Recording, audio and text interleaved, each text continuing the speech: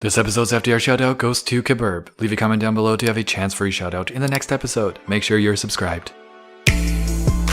What's going on, Corydoras Fish fam? How you guys doing? Oh, let's go. We're patching the house. Check out this wicked jump.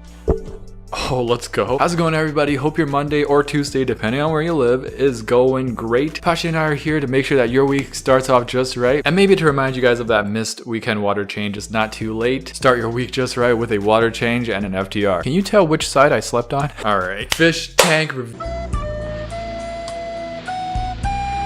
Look at this absolutely gorgeous fish tank. The back is completely filled with Ludwigia. There's just a touch of hardscape with more beautiful plants embedded throughout. The carpet is struggling a little bit, but I have no doubt that's going to start taking off soon as well. This is a our Aquarium subreddit submission by Mora Stars. Very amazing tank, Mora. But the point of this video, even though this is a 5 out of 5 tank, is to point out that these fish that are stocked in here should not be purchased by just anyone with a small tank. Time and time again, I can't tell you how many times I see people stock their 5-gallon, 3.5-gallon with black skirt tetras, white skirt tetras, glowfish skirt tetras. You see how massive they get. These are not full-sized. That is a ram. These tetras that people think are just small, they're gonna be bigger than the centerpiece ram. That's crazy. There are quite a few examples of this. Like, just because they see the word tetra in the name of the species, they think, oh, I can put this in my 5-gallon, I can put this in my 10-gallon, it's gonna be no problem. Bleeding heart tetras, Congo tetras, Buenos Aires, Emperor tetras, even penguin tetras. Chances are, if it's not an ember tetra or maybe a neon tetra, or what I definitely prefer more of, which is the true nano fish like the Corydoras, CPDs, or maybe a green neon tetra, even Cardinal tetras. I hate to see it. And Corydoras, they will grow big. I wouldn't recommend them for anything under 15 gallons, like the bleeding hearts, Buenos Aires, Congo tetras, Emperor tetras. These need like big tanks. You can put a small school in a 30-gallon. You can put a decent school in a 50-gallon. These are not 5-gallon true nano fish whatsoever. And it has actually grown to become one of my biggest pet peeves, especially since a lot of people keep asking me about it, DMing me. So I wanted to highlight this in an FTR so more people see it. And it's especially bad for tetras because they are meant to be streamlined. They're meant to be swimming in wide open spaces, or at least as much room as you can give them, not trapped in a 5 to 10 gallon. Oh yeah, before I forget, Corydoras catfish. Please, if you're thinking of getting a Corydoras, do not put them in anything less than a 10-gallon. These things get huge unless you're talking about pygmy cories, which is a very good idea to get if you have a smaller tank. Then please stay away from Corydoras. I don't know how many times I've seen it, but like 5-gallon, 3.5-gallon half moon tanks with a bronze cory in it. What? That thing is gonna get massive. And if it doesn't get massive and it dies before that, well, that is not a reason to put it in a smaller tank. Not acceptable. So hopefully this PSA goes out to most people thinking whether they should get this tetra or not for their like 5 to 10-gallon tank. But for real, this tank is a 5 out of 5. Perfect. Keep it up, man. I can't refuse him. Why does this lizard look like he's about to make me an offer I can't refuse?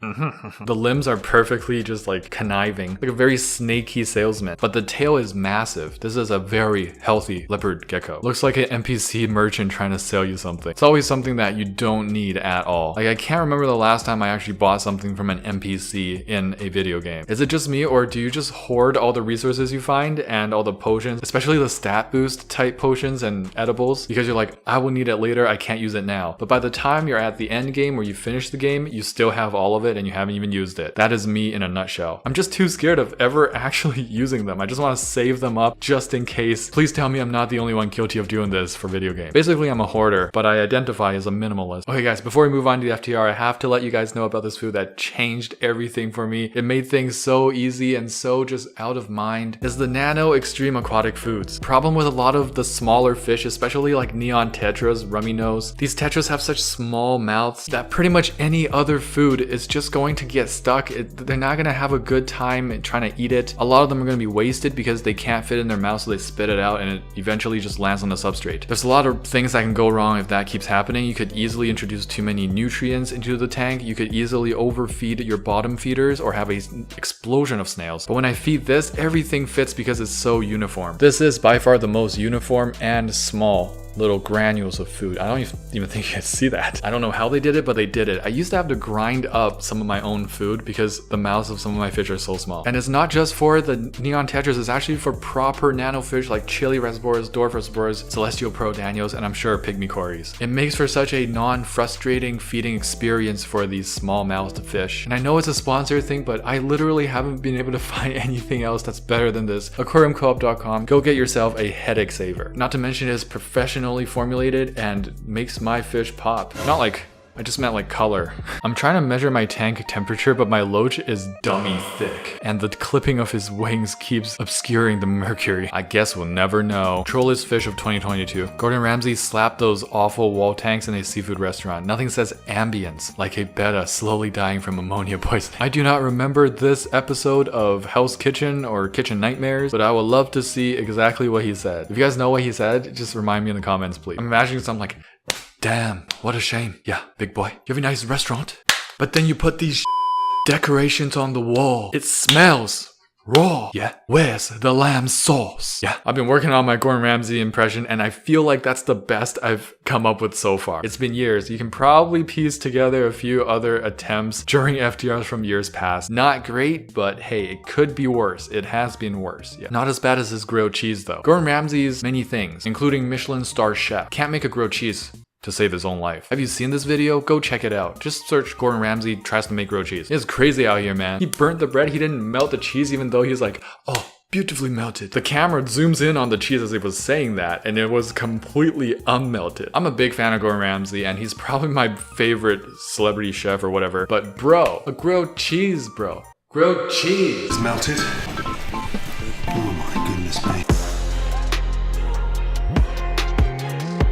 This next fish tank is sent in by Dean Cherry. Clean substrate with the live plants. A nice variety of broad-leaved plants. That nice piece of wood, a bit aggressive on that one singular like stick right there. If I could suggest one thing, it's to add a bit more complexity to the wood. Maybe add a few more branches and then a few other rocks and more plants in the forefront. But you already got that started. A nice start with that Anubias Nana. It's a betta fish only tank and it's a very lucky betta to have all this nice and naturally planted space for itself. Very cute. 4.15 out of 5. Keep it up. Yes. Do not throw away your Tic Tac containers after you're done with it. That's a lot of pollution, microplastics. Nobody likes that. What you can do is take advantage of the space, all that space, empty space that you've just freed up by finishing all your Tic Tacs with a guppy fish. They loved such spaciousness. The ingenuity is there. The creative thought processing, critical thinking is there. Love to see it. This is a huge upgrade from putting these fish in nails. That's at least a 0.035 gallon difference in water volume. This is an easy 5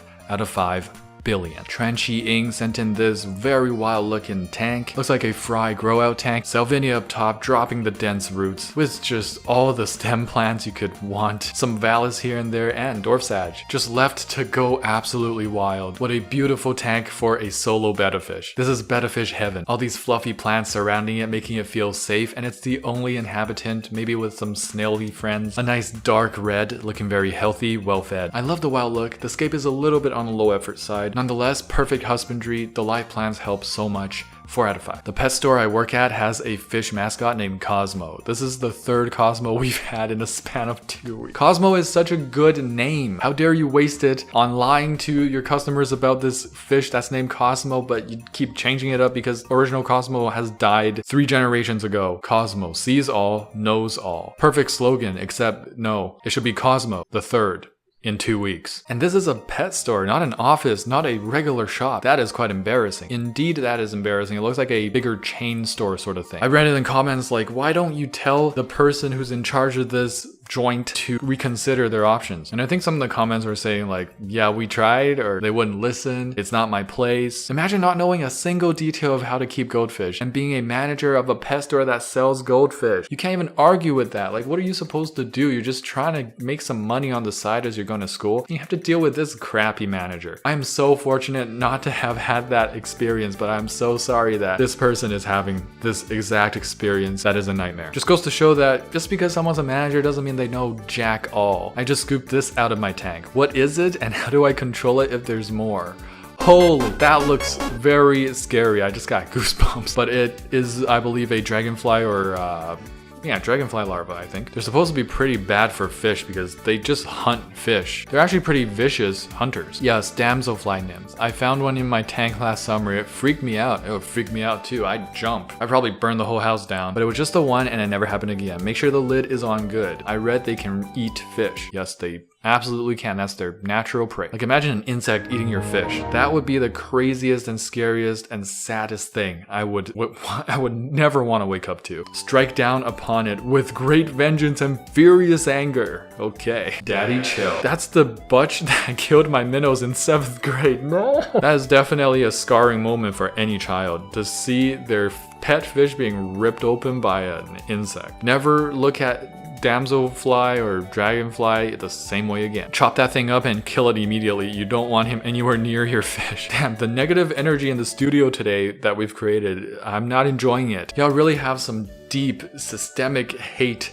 towards these nymphs. Litholita sent in their betta tank. It is a Blackwater inspired betta tank. Beautiful red healthy betta. A lot of fallen oak leaves. Hey, there's an Oko stone. Nice beautiful natural looking backdrop. Is that a moss wall? You got some Java moss in the mid ground, some Cryptocorin, a Nubius, and nice interesting lines of wood. Nothing too crazy. A floating leaf up top and a little hut for your lucky betta fish. This is wholesome, cozy. I love it. Perfect husbandry. I also love the sand substrate as well. 4.35 out of 5. Keep it up. You definitely know what you're doing here. Oh, tank I put outside a while ago. Duckweed and snails are thriving. I love the cute Gecko sticker. And this is exactly what would happen, especially if you don't live anywhere where there's like really cold nights or changing climates. Anywhere where there's some water or a chance of something surviving, nature is gonna take that chance and survive the best it can. And hey, for an old fish tank that you just cleaned up and threw outside a while ago, that's a 5 out of 5, dude. Not overstocked, live plants, the snails are thriving.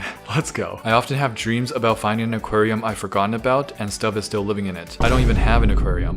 I want what this person is on. That's crazy, dude. What happened, my bro? Nefcrius sent in their beautiful rimless tank, 7 gallons with a wild embellis betta fish. I love that the light isn't even on and it's just getting light from the window. Very cute center islandscape, a strong woodscape filling up the tank vertically and embedded throughout with bryophytic plants. The desk is also really cute. I love that little orchid and that might be Hoya. I'm not 100% certain if it's Hoya. Let me know what that plant is. Might be some sort of philodendron. You see, I'm trying to get into houseplants. Your boy's finally doing it. The terrestrial houseplants. I have caught that bug and my wallet is running away from me as we speak. It's a very chill and zen vibe and looks like very proper husbandry for your wild embellis betta fish. 7 gallon is a great size. 4.35 out of 5. Keep it up. If you can't handle me when I'm 2 inches and dull, then you don't deserve me when I'm 8 inches and fancy. Wow, this works so well. This is perfect meme, dude. Yeah, you know what? It's true. Some of us are growers, not showers. Comforting words to see on an aquarium product. Rinse before use. Honestly, I don't have a problem with this. I usually rinse everything that I'm gonna put in a fish tank or the fish tank itself anyways, because they go through manufacturing, they go through shipping, and then they sit on the shelf for heaven knows how long. And who knows who have touched that stuff on the shelves before you purchased it and what they did with their hands beforehand. So don't rinse out your water conditioner. That makes no sense. All right, ladies and gentlemen, welcome back to the end of this week's FTR. Thank you so much for your support, watching all the way till the end, boosting the algorithm, and of course staying for Katua. The question of the week for this episode is, what is your favorite houseplant? That's right, I'm excited to hear what your favorite is. My favorite is this one, the ZZ plant, Zamiococcus zamiifolia. It's just got cute little bulbs on the bottom and it reminds me of like a mandrake from Harry Potter, and it has such cute, nice green leaves. And if you're wondering, yes, I did get the ZZ Raven as well. I just couldn't help it. Once I found out there's actually a dark purplish green version of this,